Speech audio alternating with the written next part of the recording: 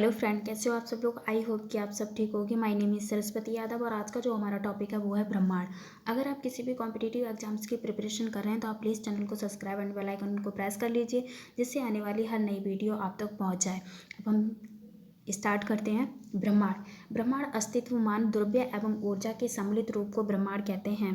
दूसरे शब्दों में सूक्ष्मतम अणुओं से लेकर महाकाय आकाश गंगाएं यानी कि गैलेक्सी तक के सम्मिलित रूप को ब्रह्मांड कहते हैं।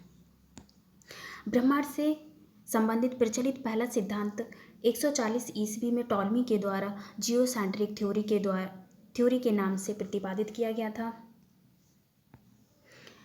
टॉलमी ने बताया कि ब्रह्मांड के केंद्र पर पृथ्वी है तथा सूर्य सहित सभी ग्रह पृथ्वी के चारों ओर चक्कर लगा रहे हैं। टॉलमी ने बताया कि ब्रह्मांड के केंद्र पर पृथ्वी है तथा सूर्य सहित सभी ग्रह पृथ्वी के चारों ओर चक्कर लगा रहे हैं। नेक्स्ट है मोस्ट इम्पोर्टेंट पॉइंट है। इसके बाद 1543 ईस्वी में कोपरनिकस के द्वारा हीलियम सैटेलाइट मॉडल का प्रतिपादन किया गया था, जिसके तहत कोपरनिकस ने बताया कि ब्रह्मांड के केंद्र पर सूर्य है तथा पृथ्वी सहित सभी ग्रह सूर्य के चारों ओर चक्कर लगा रहे हैं। कोपरनिकस ने बताया कि ब्रह्मांड के केंद्र पर सूर्य स्थित है तथा पृथ्वी सहित सभी ग्रह सूर्य के चारों ओर चक्कर लगा रहे हैं। नेक्स्ट मोस्ट इम्पोर्टेंट पॉइंट है कोपरनिकस का सिद्धांत। कोपरनिकस के सिद्धांत की सर्वप्रथम पुष्टि 1605 ईस्वी में गैलीलियो के द्वारा की गई थी। मोस्ट इम्पोर्टेंट नोट है, गैलीलियो ने पहली बार दूरबीन से अंतरिक्ष को देखा।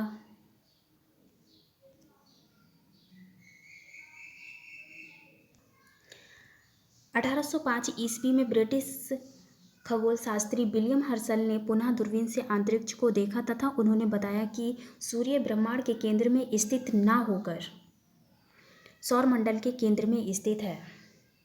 मोस्ट इम्पोर्टेंट पॉइंट है ये। विलियम हर्शल ने बताया कि सूर्य ब्रह्मांड के केंद्र में स्थित न होकर सौरमंडल के केंद्र में स्थित है। नेक्स्ट नोट है सौरमंडल आकाश गंगा का एक छोटा सा भाग है, अर्थात ब्रह्मांड अनंत है। ये मोस्ट इम्पोर्टेंट थ्योरी है। ब्रह्मांड की उत्पत्ति के संबंध में महाविस्फोट सिद्धांत बिग बैंग थ्योरी। वर्तमान समय में ब्रह्मांड की उत्पत्ति से संबंधित सबसे प्रचलित बिग बैंग थ्योरी है, जिसका प्रतिपादन जॉर्ज लैमेंडर ने किया। इनके अनुसार ब्रह्मांड एक ठोस गोले के रूप में विद्यमान था। घनत्व एवं तापमान में लगातार वृद्धि होने के कारण 14 करोड़ वर्ष पहले इसमें एक विस्फोट हुआ जिससे आकाशगंगा का जन्म हुआ। बिग बैंग थ्योरी का प्रतिपादन जॉर्ज लैमेंडर ने किया और इनके अनुसार घनत्व तथा तापमान बढ़ने में लगातार वृद्धि होने के कारण 14 वर्ष यानी कि 14 करोड़ वर्ष पहले एक विस्फोट हुआ जिससे कि आकाशगंगा का जन्म हुआ। आकाशगंगा का निर्माण धूल, धुआं, कण आदि से हुआ है तथा इसमें अनेक तारे विद्यमान हैं। ब्रह्मांड में लगभग 100 अरब आकाशगंगाएं हैं। दीर्घाकार, सर्पिला आकार अनियमित हो सकता है। पृथ्वी जिस आकाशगंगा में स्थित है उसका आकार सर्पिलाकार है तथा इसका नाम मंदाकिनी है, जिसमें रात में एक दूधिया पट्टी दिखाई देती है, इसलिए इसे मिल्की वे या मिल्क बल्ब कहते हैं। मोस्ट इम्पोर्टेंट नोट है, पृथ्वी से दूसरी सबसे निकट आकाशगंगा का नाम एंड्रोमेडा है, जिसकी दूरी मंदाकिनी से लगभग 2.2 मिलियन प्रकाश वर्ष है। नेक्स्ट है तारा। मोस्ट इम्पोर्टेंट है, कभी कभी डेफिनेशन पूछ लेता है कि तारा किसे कहते हैं। जिसका अपना स्वयं का प्रकाश होता है उसे तारा कहते हैं। तारे में प्रकाश के कारण परमाणु क्षेत्र है, जिसमें हाइड्रोजन धीरे धीरे हीलियम में बदलती रहती है। आगे चलकर हीलियम कार्बन तथा पेरिस में बदलता रहता है, जिसके कारण तारे का घनत्व बढ़ जाता है तथा तापमान भी बढ़ जाता है तथा तारे में एक विस्फोट होता है। इस विस्फोट को सुपरनोवा कहा जाता है। सुपरनोवा से निकले पदार्थों को दो भागों में बांटा गया है।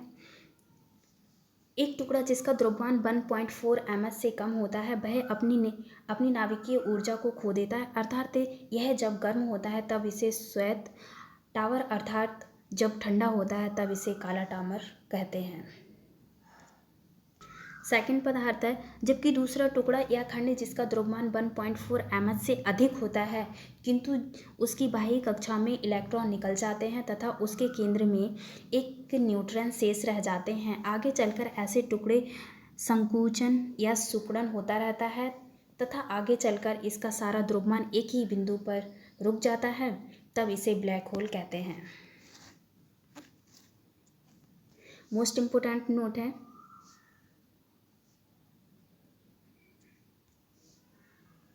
ब्लैक होल की घटना का सिद्धांत चंद्रशेखर के द्वारा दिया गया है, जिसके लिए इन्हें 1983 में फिजिक्स में नोबेल पुरस्कार दिया गया था।